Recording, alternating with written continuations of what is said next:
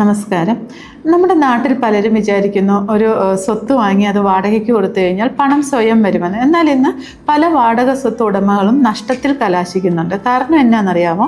അവരതിനെ ഒരു ബിസിനസ്സായിട്ട് കാണുന്നില്ല. ഇപ്പം വാടകയ്ക്ക് കൊടുക്കുന്ന ഒരു പ്രോപ്പർട്ടിയുടെ ഉടമസ്ഥൻ അതിനെ ഒരു സൈഡ് ഇൻകം ആയിട്ട് മാത്രം കാണാതെ അതിനെ ഒരു ബിസിനസ്സായിട്ടും കൂടി കാണണം. എങ്കിൽ മാത്രമേ, ഇപ്പോൾ ഒരു ബിസിനസ് നമ്മളൊരു പണം അങ്ങോട്ട് മുടക്കിയാൽ മാത്രമേ നമുക്ക് ഇങ്ങോട്ടേക്ക് ഇൻകം കിട്ടുള്ളൂ.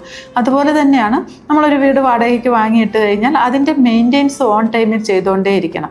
ഇപ്പം പെയിൻറ്റിങ്, അതിൻ്റെ ബാക്കി എന്തൊക്കെ മെയിൻ്റെനൻസ് ഉണ്ടോ അതെല്ലാം കൃത്യസമയത്ത് ചെയ്തുകൊണ്ടിരുന്നാൽ വീട് വൃത്തിയായി കിടക്കുന്നതിനനുസരിച്ച് അതിന് വാടകക്കാർ വന്നുകൊണ്ടേ ഇരിക്കും, ഡിമാൻഡ് കൂടും. അതുപോലെ ഇതൊരു ഇൻവെസ്റ്റ്മെൻ്റ് അല്ലേ എന്ന് കരുതിയിട്ട് ഏതെങ്കിലും ഒരു ബിൽഡറിൻ്റെ പ്രോപ്പർട്ടി ഒരു ഡിമാൻഡ് ഇല്ലാതെ വാങ്ങിക്കഴിഞ്ഞാൽ അത് നമുക്കത് കറക്റ്റ് സമയത്ത് കിട്ടില്ല, വാടകക്കാരന് കിട്ടില്ല. അതുപോലെ ലൊക്കേഷൻ ഇതെല്ലാം നോക്കിയിട്ട് വേണം ഇൻവെസ്റ്റ്മെൻറ്റ് ചെയ്യാൻ. എങ്കിൽ മാത്രമേ നല്ല വാടകക്കാരെ നമുക്ക് ഓൺ ടൈമിൽ കിട്ടുള്ളൂ. അവർക്ക് വേണ്ട കാര്യങ്ങൾ എല്ലാം നമ്മൾ ഓൺ ടൈമിൽ ചെയ്തു കൊടുക്കുകയും വേണം.